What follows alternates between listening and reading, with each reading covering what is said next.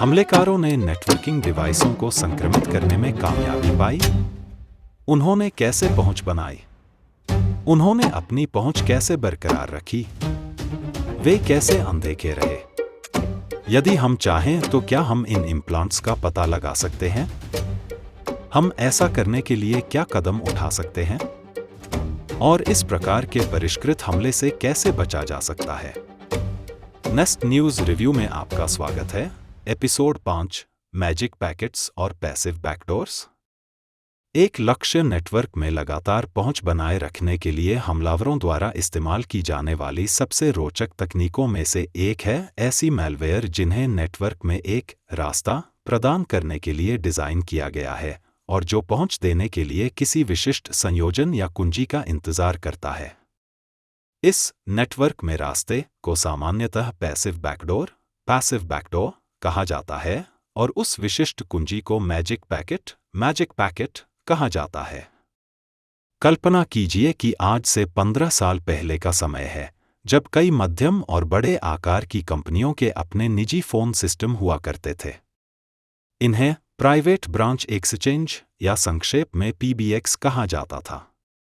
अब सोचिए कि एक हमलावर मध्यम आकार की कंपनी के टेलीफोनी नेटवर्क में गहराई से प्रवेश करना चाहता है और उसने प्रारंभिक जांच के बाद यह पता लगाया कि PBX एक सीरियल टू कनेक्शन के माध्यम से एक एडमिन लैपटॉप से जुड़ा है।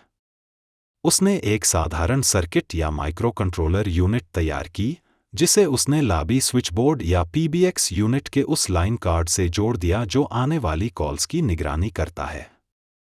जब वह एक विशिष्ट लिस्ट में न होने वाले लेकिन सार्वजनिक रूप से उपलब्ध नंबर पर फोन करता है और उसके बाद 1 2 3 4 जैसे नंबरों और कीज की एक श्रृंखला डालता है, तो हमलावर के सर्किट में मौजूद रिले कॉलर को PBX मेंटेनेंस ट्रंक पर स्विच कर देता है, जहां उसे PBX से होकर जाने वाली सभी कॉल जानकारी तक पहुंच मिल जाती है।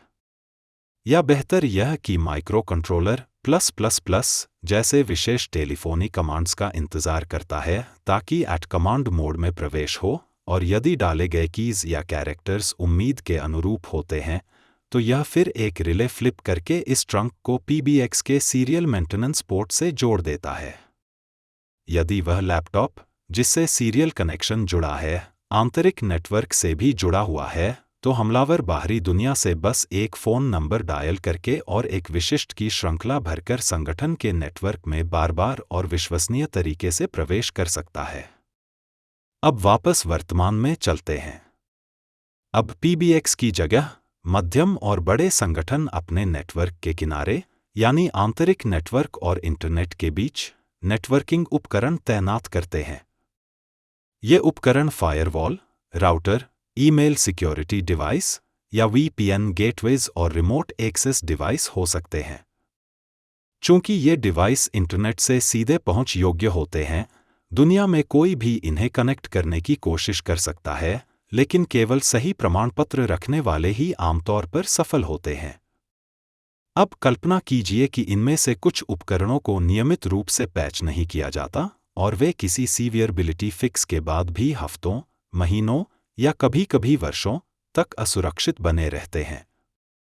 या फिर नई कमजोरियां सामने आती हैं जो हमलावर को इनमें सेंध लगाने का मौका देती हैं। तो हमलावर क्या करेगा? उसकी पहली प्राथमिकता आमतौर पर नेटवर्क में वापसी के लिए कोई स्थायी रास्ता खोजने की होती है। लेकिन क्या उसी कमजोर बिंदु का दोबारा इस्तेमाल किया जाए जिसने प्रारंभ में प्रवेश दिलाया था? हाँ, यह काम तो करेगा, लेकिन केवल तब तक जब तक उसे पैच न कर दिया जाए। इसलिए इसके बजाय हमलावर एक बैकडोर स्थापित कर सकता है, एक ऐसा रास्ता जो उसे जरूरत पड़ने पर बाहर से ही वापस अंदर आने देता है। इंटरनेट से उपलब्ध एक बैकडोर, कल्पना कीजिए यह कितना आदर्श होगा। लेकिन इसे छुपाया कैसे जाए?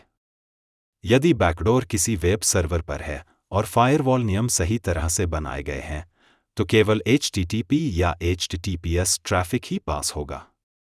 एक ईमेल सिक्योरिटी गेटवेज के मामले में केवल SMTP पास होगा।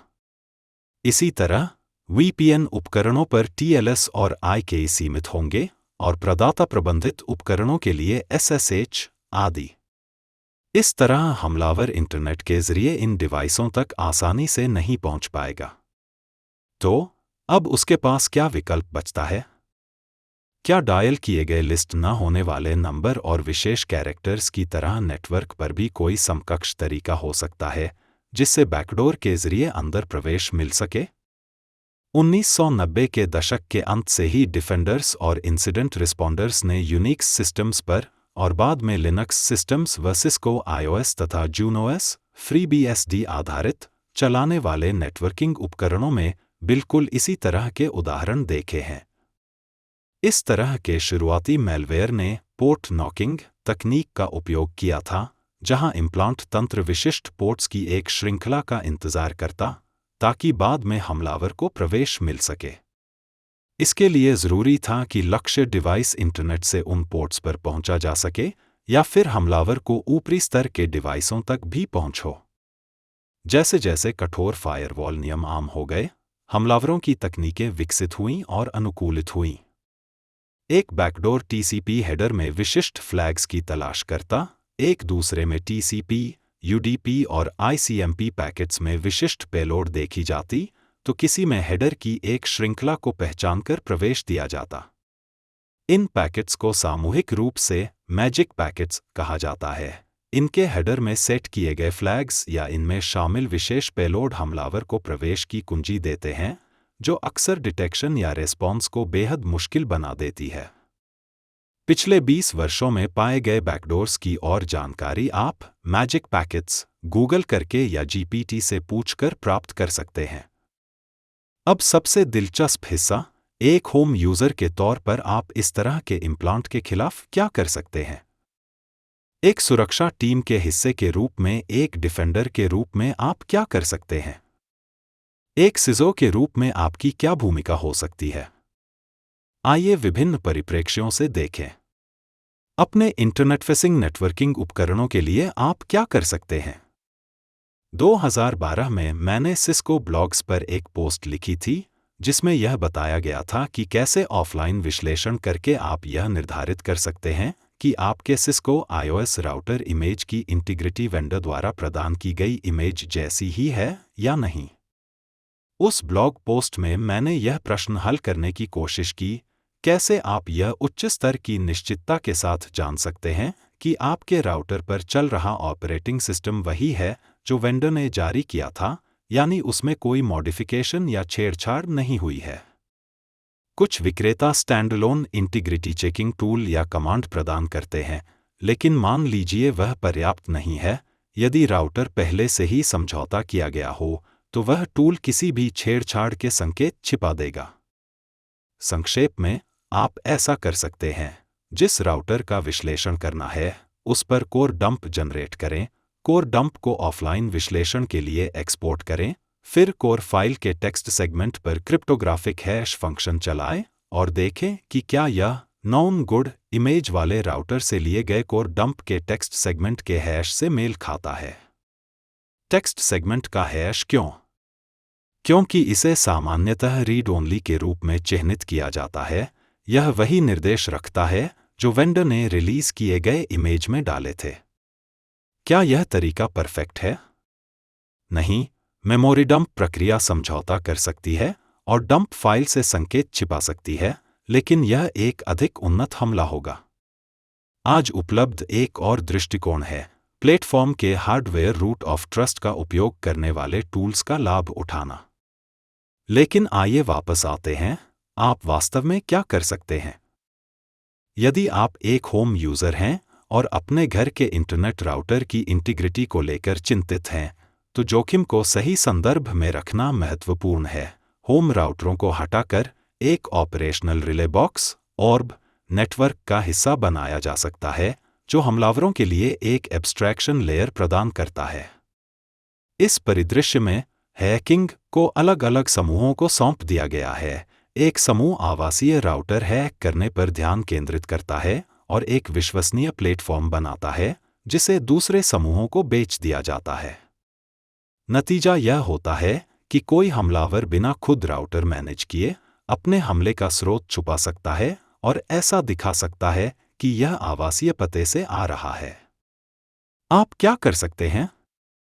होम यूजर के रूप में आपको अक्सर अपने इंटरनेट सेवा प्रदाता पर निर्भर रहना पड़ता है, क्योंकि आईएसपी द्वारा दिए गए डिवाइसों में संक्रमण की जांच करना आपके अधिकार से बाहर हो सकता है या लाइसेंस एग्रीमेंट द्वारा रोका जा सकता है।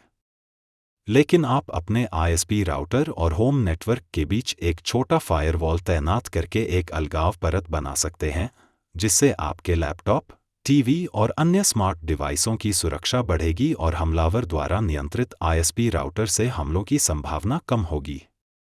यूबिक्विटी, नेटगेट, सोफोस जैसी कंपनियां होम यूजर्स के लिए छोटे फायरवॉल बेचती हैं, लेकिन विकल्प अनेक हैं।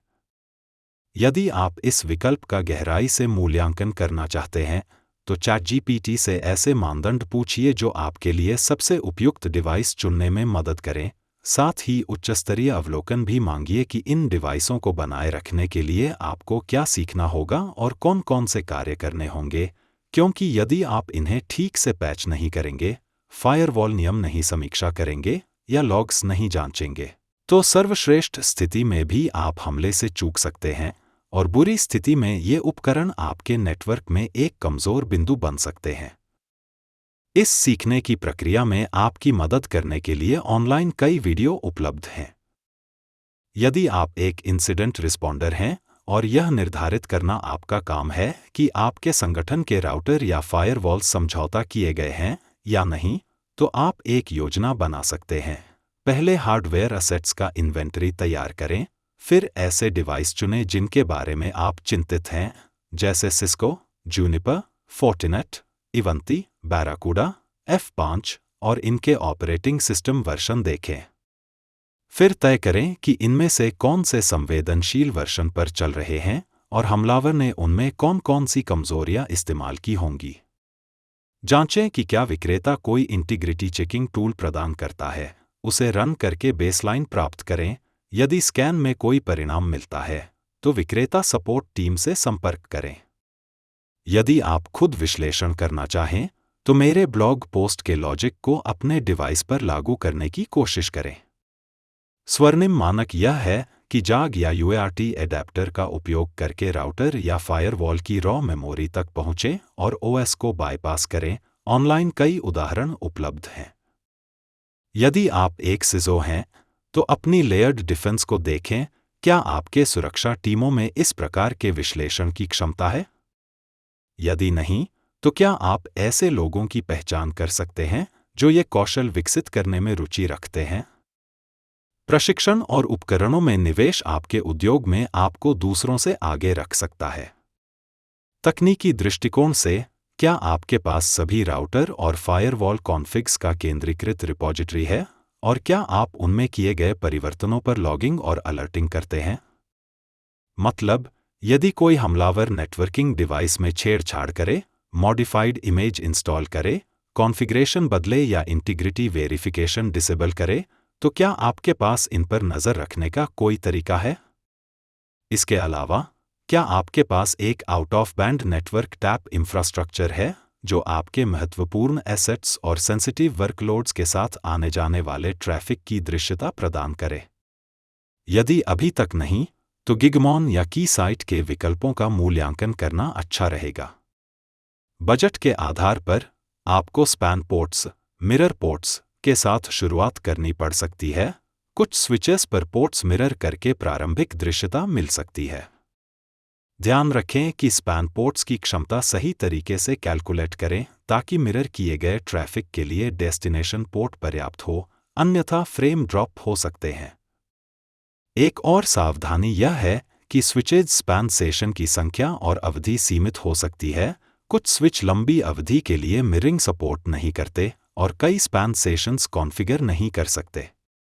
यदि आप स्पैन सेशंस सुरक्षा मॉनिटरिंग के लिए उपयोग करने जा रहे हैं, तो नेटवर्किंग टीम को आपात स्थिति में ट्रबल शूटिंग के लिए भी क्षमता छोड़कर योजना बनाएं।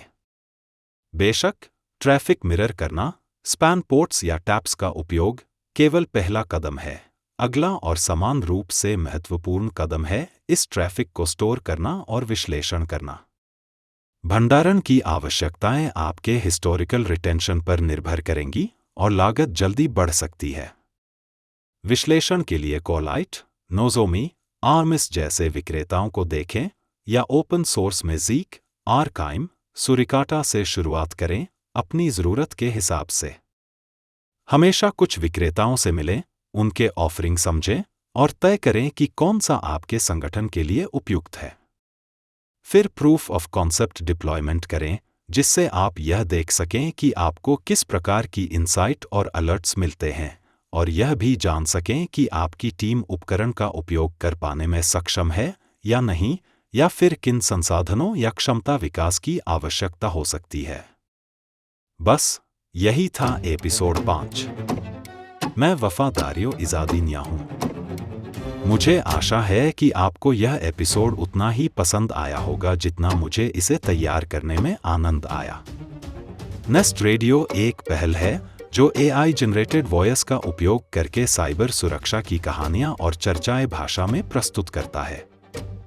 यदि आपके पास किसी कहानी के सुझाव हैं या कोई प्रश्न हैं जिन्हें आप गहराई से देखना चाहते हैं, तो मुझे nestradio.net पर नोट भेजें। यदि आपको यह कंटेंट पसंद आया हो तो अपने दोस्तों को बताएं। और याद रखें, जिज्ञासु बने रहें।